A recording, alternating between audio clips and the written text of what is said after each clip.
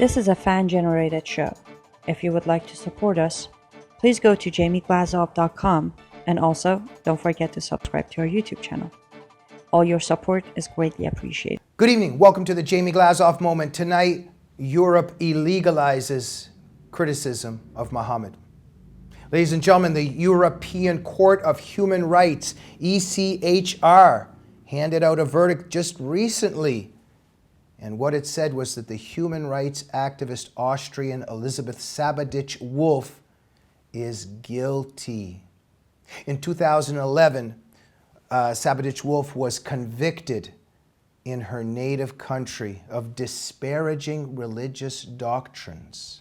Okay, so what she had done is she had stated in a seminar entitled Basic Information on Islam that Muhammad, the prophet of Islam, was a pedophile.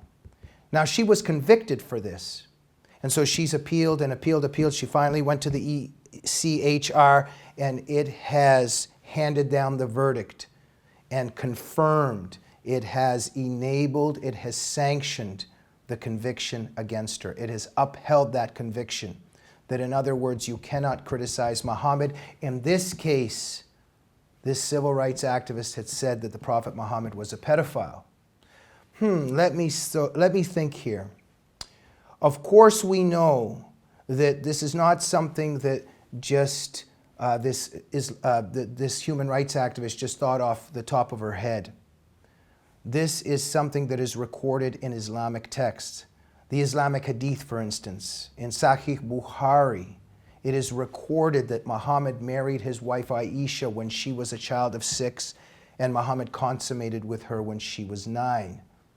This is Sahih Bukhari, for instance. Just look up Book 7, Volume 62, Hadith 88. So this is an acceptable fact in Islam. It is sanctioned by imams, muftis, clerics, everywhere. It is actually heresy and blasphemy to deny this recorded fact in Islamic texts. So an Austrian court found Sabadich-Wolf guilty. And now, after she's appealed to the court, as I said, to the ECHR, they have dismissed her appeal and upheld her conviction. What does this mean for us? Well, it means that Europe is now enforcing officially Islamic blasphemy laws. And quote-unquote slander against Muhammad is now not allowed. Now, let us just think very seriously here about what slander means in Islam. All of Europe now, because of this ruling in the ECHR, now you cannot criticize Muhammad. Bracket, slander Muhammad. But this is not slander because, as I just noted, it is an official teaching. It is in the Islamic texts that Muhammad married Aisha when she was 6 years old, consummated with her when she was 9. There are several words to describe and to label what that is and what a person who marries a 6-year-old and has sex with a 9-year-old is.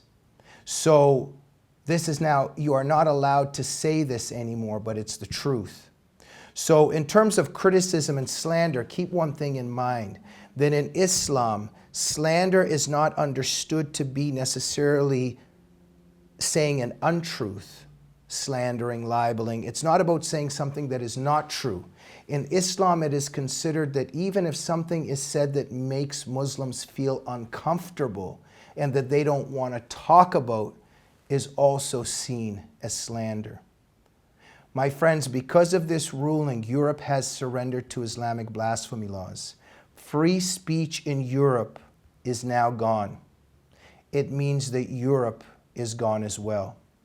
Keep in mind that in the United States, the Democrats, led by Hillary, led by Obama, and many others, have already an empirical line of evidence that they want to bring these rulings here. We know what Obama once announced about the future does not belong to those that want to slander the prophet.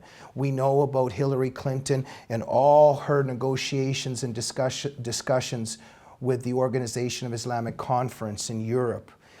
She wants to bring, and she has even given her word to many of those officials in the OIC that she was also supportive of bringing in a UN Resolution 1618, which is all interwoven with the OIC's effort to criminalize criticism of Islam.